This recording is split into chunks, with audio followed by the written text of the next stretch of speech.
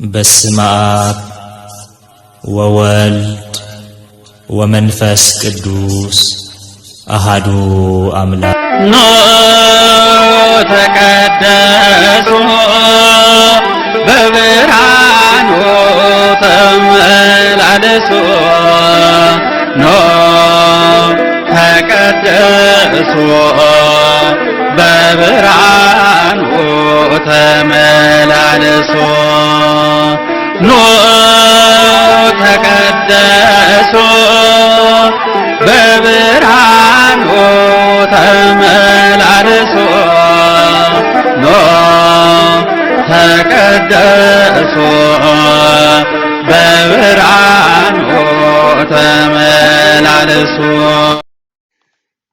በስመ አብ ወወልድ ወመንፈስ ቅዱስ አሐዱ አምላክ አሜን። በእግዚአብሔር አብ ወልዳን በእግዚአብሔር ወልድ ኢየሱስ ክርስቶስ ክርስቲያን በእግዚአብሔር መንፈስ ቅዱስ መንፈሳውያን ስሰማሁም ስድራ ቤት እግዚአብሔር ከመይ ውዕልኩም ከመይ ኣለኹም ከመይ ቀኒኹም አሜን። እትልዑለ ባህሪ ዝኾነ ቅዱስ አምላኽና እግዚአብሔር በአና ብድኹማት ባረቱ ዝኸበረን ዝተመስገነን ይኹን። ከምኡ ድማ ናይ አምላኽ ዝወለደት ንጽሕቲ ቅድስቲ እመቤተ ብርሃን ቅድስተ ቅዱሳን ንጽሕቶ ንጽሕን ቅድስቲ ድንግል ማርያም ከምቲ እግዚአብሔር አምላኽ ዝኽበራ መጠን ሰማያዊ ምስጋና ይብጽሐያ። ኩሎም ቅዱሳን ንእግዚአብሔር ዘስመርዎ ቅዱሳን መላእክቲ ነቢያት ሐዋርያት ጻድቃን ሰማዕታት ከከም ዝሃቦም ማዕርግን ቅድስና ዝኸበሩን ዝተመስገኑን ይኹኑ። ምእመናን ህዝበ ክርስቲያን ሎሚ ከም ፍቃድ እግዚአብሔር በዝናይ ሎም መዓልቲ ዝተነበበልና ስንክሳር ናይ 13 መስከረም ጌርና ክንመሃሪና እሱ ድማ ናይ ቅዱስ ባስልዮስ ዘቂሳርያ እዩ ማለት እዩ። ኣብ ቅድስቲ ቤተክርስቲያንና ዘመነ ሊቃውንቲ ወይ ድማ ርቱዕ ሃይማኖት ንምጽናዕ ነቶም አንጻር ቤተክርስቲያን ዝኾኑ ደቃ ንምቅላዕን ንምግሳጽን ብግቡእ ዝተዳለውሉ ብቁጽሪ ብዙሓን ዝኾኑ መናፍቃን ዝተንስኡሉን ዓበይቲ ናይ መላእ ዓለም ሲኖዶሳውያን ኣኻብታት ዝተገብረሉ ዘመን እዩ። ኣብዚ ዘመን እዚ ካብ ዝነበረ ድማ ሓደ ናይ ቤተክርስቲያንና ሊቅ ቅዱስ ባስልዮስ ዘቂሳርያ እዩ። ቅዱስ ባስልዮስ ዘቂሳርያ ካብቶም ቅዱሳን ሊቃውንቲ ናይ ቤተክርስቲያንና ተባሂሉ ዝፍለጥ እዩ። ቅዱሳን ሊቃውንቲ ክንብል ከለና ከዓ ንቅዱሳት መጽሓፍቲ ካብ ኣምላኽ ብዝተዋህቦም ናይ መንፈስ ቅዱስ ግልጽነት ብምትርጓም ልቢ ምእመናን ኣብ ሃይማኖት ዘጽንዑ እዮም ማለት እዩ። ከምኡውን ንመናፍቃን ዝተሰሓሓተ ትምህርቲ ሒዞም ክትንስኡ ከለዉ መጽሓፍ ኣልዒሎም ሃይለ ቃል ሓሲቦም ተኸራኺሮም ዝረትዑ ቅዱሳን ሊቃውንቲ ይበሃሉ ማለት እዩ። ሃይማኖት ከይጠፍእ ትምህርቲ ከይፈላሰፍ ለይትን መዓልትን ብምስትምሃር ብዙሓት ደቂ መዛሙርቲ ምሂሮም ዘፍረዩ ብዙሓት መጽሓፍቲ ዝጸሓፉ እዮም ማለት እዩ። ነዚ ኩሉ ከበርክቱን ከለዉ ከዓ ኮፍ ኢሎም ጥዒሞም ዘይኮነስ ከምቲ ናይ ሰማዕታት ዝተፈላለዩ መከራት እናተቐበሉ እዮም ማለት እዩ። ማለት ከም ማእሰርትን መግረፍትን ብሓዊ ምንዳድ ብሰይፍ ምስያፍ ነዚ ኩሉ ሰጊሮም እዮም ቅዱሳን ሊቃውንቲ ተባሂሎም ጽውዑ። ናይ ቤተክርስቲያንና ናይ ውሽጢ ጸላእቲ ብናይ ጎይታ ትምህርቲ ጸራዊ ብናይ ሐዋርያት ትምህርቲ ቢጽሓሳውያን ብናይ ሊቃውንቲ ትምህርቲ ድማ መናፍቃን እዮም ዝበሃሉ። እዚኣቶም ከምቲ ሙሉእ ናይ ቤተክርስቲያንና ትምህርቲ ፍርቀ ፍርቂ ሒዞም ነቲ ፍርቂ እውን ኣዳላዲሎም ዘይሓዙ መስሓትያን እዮም ማለት እዩ። ኣብ 4ን 5ን ክፍለ ዘመን ብስሕት ትምህርቲ ኣብ ምስጢረ ስላሴን ምስጢረ ስጋዌን ዝተንስኡ ዓበይቲ መናፍቃን ከም አርዮሳውያን፣ መቅደኖሳውያን፣ ሰባሌሳውያን፣ አብሊኒሪሳውያን፣ ንስጥሮሳውያን እዮም ዝበሃሉ ማለት እዩ። ቅድስት ቤተክርስቲያንና ብዓይነ ሃይማኖት ሊቃውንቲ ተመሪሓ ጉባኤታት ሰሪዓ ነቶም ዝለዓሉ መናፍቃን ብቃለ እግዚአብሔር ረቲዓ ብንጽል ይኹን ብእኩብ ኣውጊዛቶም እያ ማለት እዩ። እቶም ዓበይቲ 3 ጉባኤታት ንኣብነት ጉባኤ ኒቅያ 325 ዓመተ ምህረት ምእንቲ ወልድ ናይ ባህሪ ኣምላኽ ምዃኑ፣ ጉባኤ ኮንስታንጢንያ ብ381 ድማ ምእንቲ መንፈስ ቅዱስ ናይ ባህሪ ኣምላኽ ምዃኑ፣ ጉባኤ ኤፌሶን ድማ ብ431 ዓመተ ምህረት ምእንቲ ብተዋህዶ ምስጢረ ተዋህዶ ወይ ድማ ጎይታና መድሓኒትና ክርስቶስ ሓደ አካል ሓደ ባህሪ ከም ዘለዎን ንጽሕቶ ንጽሕን ቅድስት ድንግል ማርያም ድማ ወላዲት አምላክ ምዃናን ኣብ ቤተክርስቲያንና ብዓብይ ክብሪ ዝጽውዑን ዝዝከሩን ሊቃውንቲ ኣዝዮም ብዙሓት እዮም። ንኣብነት ድማ ከም በዓል ቅዱስ አትናቴዎስ ሐዋርያዊ ሊቀ ጳጳስ ዘእስክንድርያ፣ ቅዱስ ባስልዮስ ዓብይ ሊቅ ዘቂሳርያ ማይተተ ቤተ ክርስቲያን ተባሂሉ ዝፍለጥ ከምኡ ድማ ቅዱስ ዮሐንስ አፈወርቂ ሊቀ ጳጳስ ዘቆስጠንጥንያ ቅዱስ ገርገርዮስ ሊቀ ጳጳስ ዘእንዚና እዚኦም ማለት እዩ። ቅዱስ ቤተ ክርስቲያንና ካብ ፍልስፍናን መናፍቅነትን ርሒቃ ጎይታና መድሓኒትና ክርስቶስ ንዝገዘፈላ ትምህርቲ ብምሓዝ ንትንቢተ ነቢያት ስብከተ ሐዋርያት ተኸቲላ ርቱዕ ትምህርትን ናይ ሊቃውንትን አጽኒዓ ክሳብ ዳግማይ ምጽአት ክርስቶስ ክትቅጽል ያ ማለት እዩ። ነዚ ዘትረፉልና ወይ ነዚ ትምህርቲ ናይ ቤተ ክርስቲያንና ዘጽንሑልና ድማ ከም በዓል ቅዱስ ባስልዮስ ዘቂሳርያ ባስልዮስ ክንብል ከለና ባስልዮስ ማለት ብርሃን ማለት እዩ። ሃገሩ አንጾኪያ አቦ ኤሴድሮስ ይባሃል ኮይኑ ሕያዋይ ካህን ከም ዝነበረ ንዑን ንኣርባዕተ ኣሕዋትን ማለት 5 ኣሕዋት ከም ዝነበሩ ወይ ዝገልጽ አቦም ኤሴድሮስ አዲኦም ከዓ ኤሚልያ ይባሃሉ ሃገሩ አንጾኪያ ዓብይ ካህን ከም ዝነበረ ይፍለጥ ማለት 4 ኣወዳት ሓንቲ ጓል ኮይኖም ከም ዝዓበይ ዝፍለጥ ማለት ቅዱስ ባስልዮስ ዘቂሳርያ ሊቀ ጳጳስ እዩ። ከምኡ ድማ ቅዱስ ገርገርዮስ አሃው ባስልዮስ ዘሲኖስ ተባሂሉ ዝፍለጥ ቅዱስ ጴጥሮስ ጳጳስ ናይ ኤፌሶን እዩ። ቅዱስ መካሪዮን ካህን እዩ ዝውን ቅድስቲ ማካሪና ይባሃል እዚኣ ካብተን 36 ቅዱሳን አንስቲ ሓንቲ እያ ማለት እዩ። ቅዱስ ባስልዮስ ናይ ቂሳርያ ሊቀ ጳጳስ ገርገርዮስ ናይ ኒሲስ እትባሃል ኤጲስቆጶስ ነይሩ። ቅዱስ ጴጥሮስ ካብ ኤፌሶን ጳጳስ ተሸይሙ ቅዱስ መካርያን ከዓ ንጹህ ድንግል ሙሉእ ማዕርገ ቅስና ዘለዎ ግን ኣይተሸመን ይብሎ። ቅዱስ ማርካሪና ከዓ ብድንግልናን ሰማዕትናን ዝሓለፈት ዓባይ ኣደ ታሪኻውን ኣብዚ ኣሰር ቅዱሳን ሊቃውንቲ ዝብል ተጻሒፉ ኣሎ። ኣብ ምዕራፍ 5 ናይ ቅዱሳን አንስቲ ክትረኽቦ ትኽእሉ ኢኹም ሰፊሑ ማለት እዩ።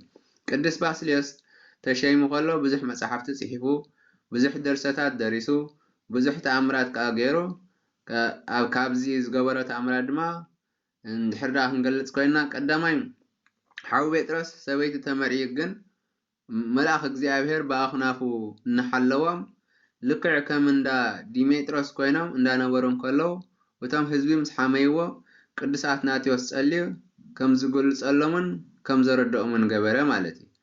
እቲ ካልኣይ ኣብቲ ዘመንቲ በዓለውቲ ነገስታት ተዓጽያ ዝነበረት ቤተክርስቲያን ጸልዩ ከም ትኽፈት ዝገበረ እዩ። ከምኡውን ሓደ ካህን ሰበይቱ ለምጻም ዝኾነት ተሓቢኡ ርክብ ይፍጽም ምስ ነበረ እቲ ሕማም ለገበሞ ሽዑ ቅዱስ ባስልዮስ ጸልዩ ከም ዝፈወሶ ሓደ ፍላስፋ ንቅዱስ ባስልዮስ ኣብ ግዜ ሕማሙ ክበጽሖ ምስ መጸ ዝተዛረቦ ዘረባ ከዓ ጥብ ዘየብል እዩ ነይሩ ማለት እዩ። ስለዚ ባስልዮስ እስከ ዕለተ ሞተይ ንገረኒ በሎ ንሱ ከዓ ሎም መዓልቲ ክትመውት ኢኻ ኢልዎ ማለት እዩ። እንድሕሪ ዘይሞተ ግን ብሃይማኖተይ ዶ ተኣምን ኢሉ ቃል ኣእትይዎም ጸልዩ ድሕሪ 3 መዓልቲ ከም ዝመውት ገበረ ማለት እዩ። ሽዑ እቲ ፍላስፋ ንሱን ቤተሰቡን ብክርስቶስ ኣሚኖም ተጠመቑ ማለት እዩ። ኣብ ታሪክ ቅዱስ ኤፍሬም እውን ቅዱስ ባስልዮስ ብዛዕባ እታ ጓል ንጉስ ሓጢኣት እትሕብፅሕብ ዝነበረት ካብ ኣንደምታ ውዳሴ ማርያም ናይ ሰኒ ክንጥቀም ንኽእል ኢና ካብኡ ንሪኦ ንኽእል ኢና። ከምኡውን ቅዱስ ኤፍሬም ኣብ ዓጻደ ቤተክርስትያን እናጸለየ እንከሎ ኤፍሬም ኤፍሬም ኢሉ ዝጸውዖ በብቋንቋታቶም ድማ ብጸሎት ተገሊጹ ክዕልል እውን ሓዲሩ ማለት እዩ። እዚ እውን ኣብ ናይ ቅዱስ ኤፍሬም ታሪክ ብሰፊሑ ክንሪኦ ንኽእል ኢና። እቲ ናይ ሎሚ ቅንዲ ግን እቲ ሓደ ባርያ ኣብ እንዳ ንጉስ ዝሰርሕ ንጓል ንጉስ ይብህጋ ከም ዝነበረ ክሳብ ናብ ጠንቋሉ ኸይዱ ንጓል ንጉስ ደልየ ኢሉ ናይ ክሕደት ጽሒፉ ንኣጋንንቲ ንሰይጣን ከም ዝሃቦም እዩ ዝገልጽ ማለት እዩ። ኣብቲ ታሪክ እንታይ ዝብል መስለኩም? ወበዛቲ ዕለት ተኣምረ ገብረ ባስልዮስ ወብእሲ ዘኣፍቀረ ወለተ እግዚኡ ይብል። በዛ ዕለት እዚኣ ቅዱስ ባስልዮስ ናይ ቂሳርያን ሊቀ ጳጳስ ኣብ ልዕሊ ሓደ ጓል ጎይቱ ዘፍቀረ ዝፈጸሞ ዘደንቕ ተኣምራት ከም ዝተፈጸመ ናይ ዝዕለት መጽሓፍ ስንክሳር ኣስፊሩልና ይርከብ። ቅዱስ ባስልዮስ ካብቶም ርእሰ ሊቃውንቲ ዝበሃሉ ኣቦታት ሓደ ኮይኑ ከምዚ ክንገልጾ ዝጸናሕና ኮኸብ ካብ ኮኸብ ኩላቶም ብጸጋ ዝበለጸ ቅዱስ ባስልዮስ ከም ዝነበረ እዛ ኣቦዚ ብዙሕ መፅሓፍቲ ዝደረሰ ኮይኑ ቅዳሴ ባስልዮስ ተባሂሉ ዝፍለጥ እውን በዓሉ ዝደረሰ እዩ ማለት እዩ። በዚ ዕለት እዚ ኸዓ እዚ ዓብይ ኣቦ ኣብታ ዝነበረላ ዓዲ ቂሳርያ ዝፈፀሞ ዘደንቕ ተኣምር ክንርኢ ኢና።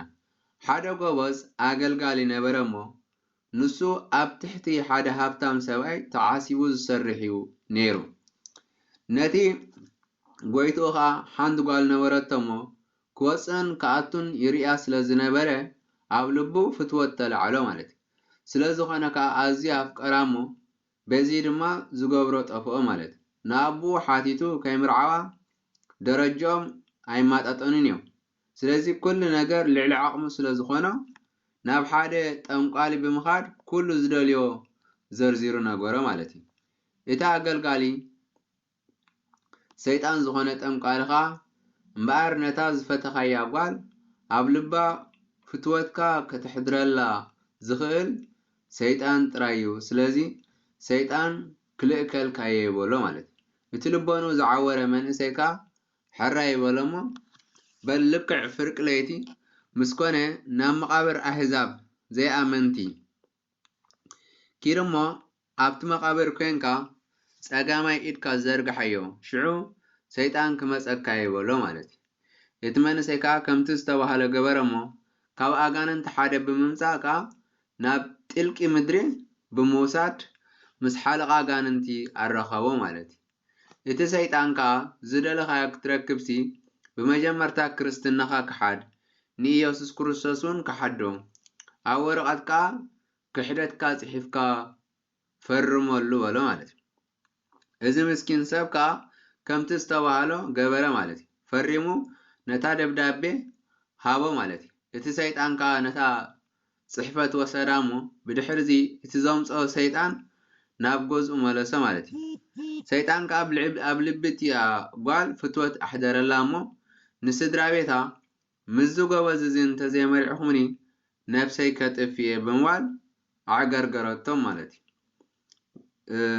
ወለዳ ከዓ ዝገብርዎ ጠፍኦ እሞ እንተዘይመሪዕና ነብሳ ከይተጥፍ እያ ብምባል ከዓ ከም ድሌታ ምስቲ ጎበዝ ኣመርዓዋ ማለት እዩ።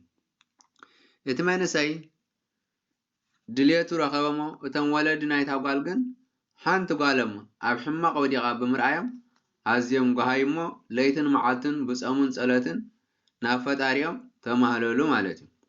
ብኸምዚ ከዓ ነዊሕ ዓመታት ሓለፈ። እቶም ወለዲ ግን ተስፋ ከይቆረፁ ኣበርቲዖም ዳ ጸሎቶም ቀጸሉ። እግዚኣብሔር ከዓ ጸሎቶም ሰምዖሞ እቲ ሰይጣን ጋሪድላ ዝነበረ ምስትውዓል ብምእላይ ብምስትውዓሉ ዓደላ ማለት እዩ። እቲ ተፍቅሮ ሰብያ ክርስቲያን ከም ዘይኮነ ትምህርተ መስቀል ከም ዘይገብር ንቤተ ክርስቲያን ከይዱ ከም ዘይሳለም ስም እግዚኣብሔር ከም ዘይፅውዕ ተገንዘበት ማለት እዩ። ሓደ መዓልቲ ከዓ ክቡር በዓል ቤተይ ቤተ ክርስቲያን ተሳሊምካ ትፈልጥ ዶ? ስም እግዚኣብሔር ከ ትፅውዕ ዶ? ቅዱስ ስጉኡን ክቡር ደሙን ከ ትወስድ ዶ? ኢላ ሓተተቶ እሞ ንሱ ከዓ ፈፂሙ ኣይፈልጥን የበላ ማለት እዩ። ስለምንታይ ኢላ ምስ ሓተተቶ ከዓ ኩሉ እቲ ዝፈፀሞ ዘርዚሩ ነገራ ነቲ ዝበላ ምስ ሰምዐት ከዓ ኣዝያ ጓሃየት ኣምሪራ እውን በኸየት። ንነዊሕ ሰዓታት ኣብ መሬት ብምንግርጋር እውን በኸየት ማለት እዩ። ሰብነታ ንፈጥፈጠ እሞ ተስፋ ቆረፀት። ናብ ልባ ምስ ተመልሰት ግን ሓደ ሓሳብ ሓሰበት። እዚ ዓብይ ናይ እግዚኣብሔር ሰብ ካብ ባርነት ሰይጣን ከገላግለኒ ይኽእል እዩ ኢላ ሓሰበት እሞ ብቕልጥፍ ተላዒላ ድማ ናብዚ ናይ ሎሚ እንመሃረሉ ዘለና ቅዱስ ኣቦ ቅዱስ ባስልዮስ ዘቂሳርያ በፅሐት ማለት እዩ። ኣብ ትሕቲ ኣይጋሩ ብምውዳቕ በኸየት። ኩሉ እቲ ዘጋጠማ ድማ ዘርዚራን ቅዱስ ባስልዮስ ነገረቶ። ቅዱስ ባስልዮስ ከዓ ኣጀኹዛ ጓለይ ኩሉ ነገር ኣብ ቅድሚ እግዚኣብሔር ቀሊል እዩ። ኪድ እሞ ንሰብኣይ ክሕዝክዮ ምፅእ በላ። ንሳ ከዓ ሒዛቶ ተመልሰት። ቅዱስ ባስልዮስ ከዓ ነቲ መንእሰይ ክድሕን ተመሊስካ እውን ክርስቲያን ክትከውን ትደሊ ዶ ኢሉ ሓተቶ እሞ እቲ ወዲ ከዓ እንዳነበዐ ኦ ኣቦይ እዝስ ይከኣል ዶ ይኸውን?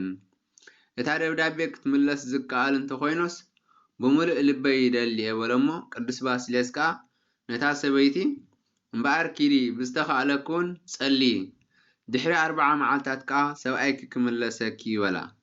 ነቲ ብባርነት ሰይጣን ዝተቆረነ ጎበዝ ከዓ نابعاتو حزوا أتومو أبربعاتيو مأذن نايتا بيت مسكال بمتكال بإتمرت مسكال أمعتبا مالتي مون إشي مقبي بمهاب دحر سالسة معات كملسة كايلو عاتي ووصة مالتي قدس باسيلسكا بزي عرفتي كقادل جمره أب سالسة معاتي موسيقى ودي كميال لخا ولومو يتودخا او أبي أغانن تاساقي منو بولو أجخاز ودي بموالكاس أنا نعمو زبلا هيبو اندقنا عاتي ووصة أما برشار شاي معاتون تمارس حجة كميال لخا ولومو او أبي يتسقاي كأني سلي انتو غنقن نتادو دابي النار أي يفرارفنا اللو ولو عجو خبر تعب مالون وسع أما بلتا شعاي معالت تماريس غا كم وحاتت أمو أو أبوي حجس اكزي أبهيري مسجن كاباي نار حقو كيدون بلو كمزنا قبرك قدس باسيليوس أبنوس وكب سلسة معالتي ناتا مالالسة نعصرت سلسة اكزي تخاتاتولو أما بل سلسان شعاتن معالت موسيقى لو مخان تايريخا بلومو او أبوي زحالفت ليتي من تايم ساقاننتك تواغاريكا أما تشارشخا نخلا ماقاننتي أب تحت أغار كافتروكسم رئي بلو إذا مسامعي قدس باسيليوس أزي بحولمو نقزي أبهيرا مسجنة نمشاتخا دول بيت كريستيان بمدوال نمناكو سانتن كهناتن مؤمنان أكبمو مللا يتكسلي حاضرو مسواقحخا نتمنسي كاب بعاتي بموسى أبيت كريستيان أما أقولهم أقممو كل تهزبها እግዚኦ መሐረነ ክርስቶስ ናለ 400 ስግደት እናሰገደ ንክርስቶስ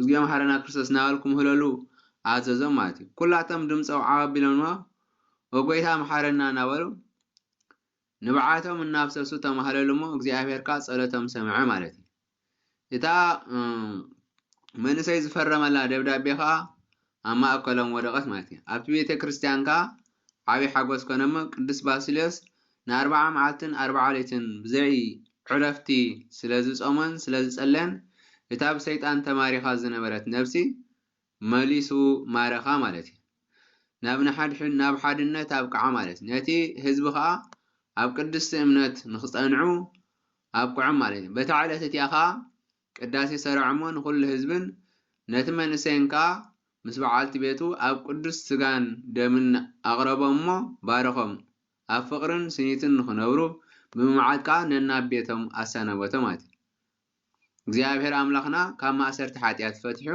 ካብ መጻወድያ ኣጋንንቲ ክሕልወና ናቱ ቅዱስ ፈቃድ ይሆንና እዚ ቅዱስ አቦ ቅዱስ ባስልዮስ ዘይተጻሕፉ ትውፊታት ምቕባል ንሐዋርያት ተኣማምነት ምዃኑ ኣኣምን ይብል ንሕና ከዓ ንኣምን ኢና ንብል ደጊምና ካብዘም ናይ ቅዱሳን አቦታትና ከም በዓል ቅዱስ ባስልዮስ ካብቶም ቅድሜና ዝነበሩ አቦታትና ስርዓትን ሕግን ተቀቢልና ስለዝኾና ምስትናታቶም ሓደ ብምዃኑ ቃላትና ብምስጋና ነቀርብ ማለት እዩ ናበለ ምስጋና ካብቶም ቀዳሞት ብትውፊት ዝወረስናዮ ስለዝኾነ ሓደ ቅዱስ ባስልዮስ ነዚ ቃል እዚ ዝተዛረቦ ኣብ 4ይ ክፍለ ዘመን ኢና ንብልና ኣብዚ ሕጂ ዘላ ቅዱስ ቤተክርስትያን ኦርቶዶክስ ተዋህዶ ናይ ቤተክርስትያን ኤርትራ ድማ ነቲ ናታቶም ምስጋና ተመስግን ምህላዋ ንጣንታውነታን ርትዓውነታን ዘነጽሪ ማለት እዩ ምክንያቱ ሕጆን እንተኾነ ነብጽሕ ዘለና ውዳሴ ማርያም ኣብ 4ይ ክፍለ ዘመን በዓል ቅዱስ ኤፍሬም በዓል ቅዱስ ባስልዮስ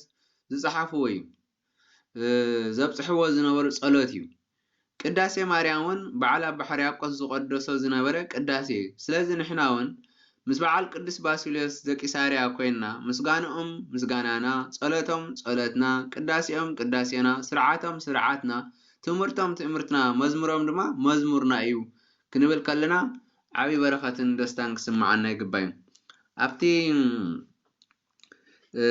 ስምክሳርና ኢሎሚ እንታይ ዝብል ወበዛኣቲ ዕለት ገብረ እግዚአብሔር በኢደ ባስልዮስ መንክረ በፍቅረ አሃቲ ወለተ ሃበ መስረይ ዘሆረ እንዘያርኢ በቅድመ ህዝብ መጽሐፈ ክህደቱ ስውረ እምኢደ ሰይጣን አንገፈ ወፀውዐ ግብረ ይብል ቅዱስ ባስልዮስ ተሸይምን ከሎ ብዙሕ ጽሒፉ ብዙሕ እውን ደሪሱ ንኣብነት መጽሐፈ ቅዳሴ ዘባስልዮስ ኣቕሪቡ በዓሉ ቅዳሴ ባሲልዮስ እዩ ማለት እዩ። እዚ ቅዱስ ኣቦ ኣብ ዕለት 6 ጥሪ ዓሪፉ ጸሎትን በረኸቱን ምስ ኩላትና ህዝቢ ክርስቲያን ይኹን።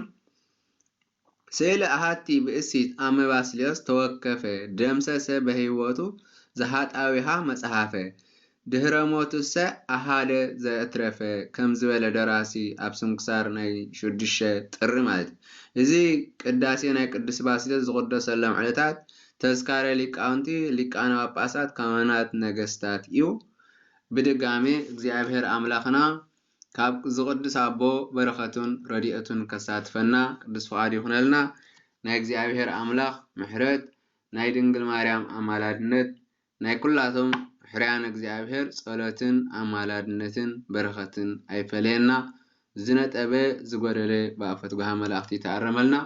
ብድጋሜ በረኸትን ረድኤትን ጻድቅ ሊቀ ጳጳስ ቅዱስ ባስልዮስ ዘቂሳርያ ምስ ኩላትና ህዝበ ክርስቲያን ይኹን አሜን። በስመ አብ ወወልድ ወመንፈስ ቅዱስ አሃዱ አምላክ። ኖ ተቀደሱ በብርሃኑ ተመላለሱ ኖ ተቀደሱ በብርሃኑ ተመላለሱ ኖ ተቀደሱ በብርሃኑ ተመላለሱ ኖ ተቀደሱ በብርሃኑ ተመላለሱ